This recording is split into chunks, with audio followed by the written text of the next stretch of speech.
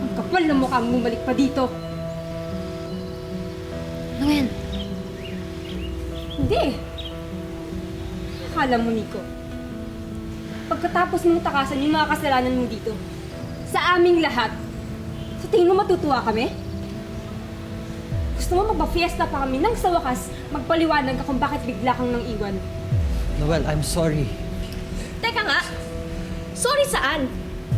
Nakikita mo ba tong peklat ko sa noo, ha? Ilang buwan akong hindi nakalabas ng bahay dahil dito.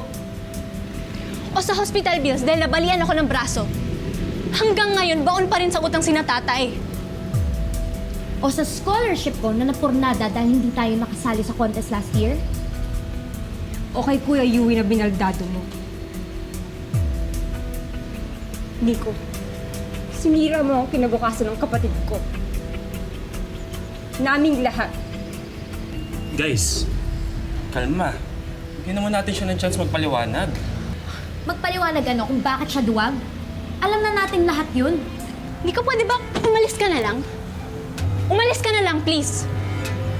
Magaling ka naman tumakas, Nico eh. Huwag ka nalang magpakita utang na loob.